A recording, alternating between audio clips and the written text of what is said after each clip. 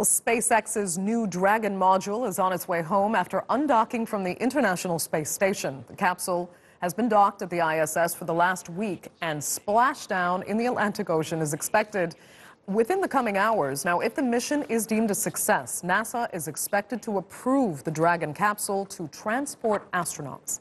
The first flights with humans on board could happen as early as July. Well, for more, space journalist Ken Kremer joins us now from Titusville in Florida. Thanks so much for speaking to us, Ken. I mean, how optimistic are you really that we will see manned flights on SpaceX in July? Well, thanks for having me. Yeah, I'm very optimistic that we will see it this year. I don't know about July. It probably will get delayed a little bit because they've got a lot of work to do. They got a lot of reviews to do.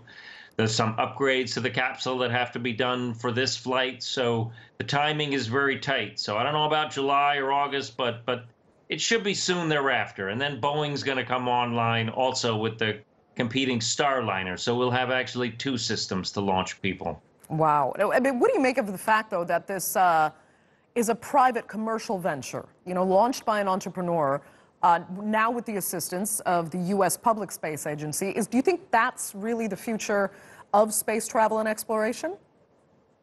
Oh, it is. And this is actually a policy of NASA.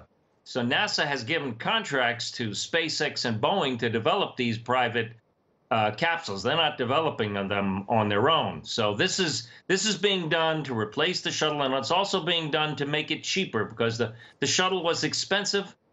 This is a lot cheaper. It's also a lot less capable than the space shuttle. It can't launch giant modules. So its goal is just to launch people and bring them to space and bring them back safely.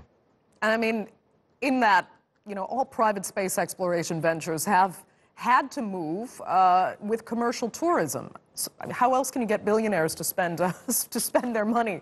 But do you think that's good? Will that help promote further exploration for the benefit of all of us? Well, that's what NASA's all about. NASA, you benefit 24/7 in your life. The reason we're even talking is because of the space program. All the news gathering organizations, the weather satellites, GPS, internet, telephone, everything depends on the space program. So, yeah, the commercialization is definitely the way to go because we really have to cut the costs. We're not doing this really to bring tourists into space. We're bringing it to bring people like myself, scientists, eventually tourists. That's further down the line. But we want to bring scientists and engineers to space so we can establish an industry up there. Great. Okay, Ken, we're going to have to leave it there. Thanks so much for joining us from Florida.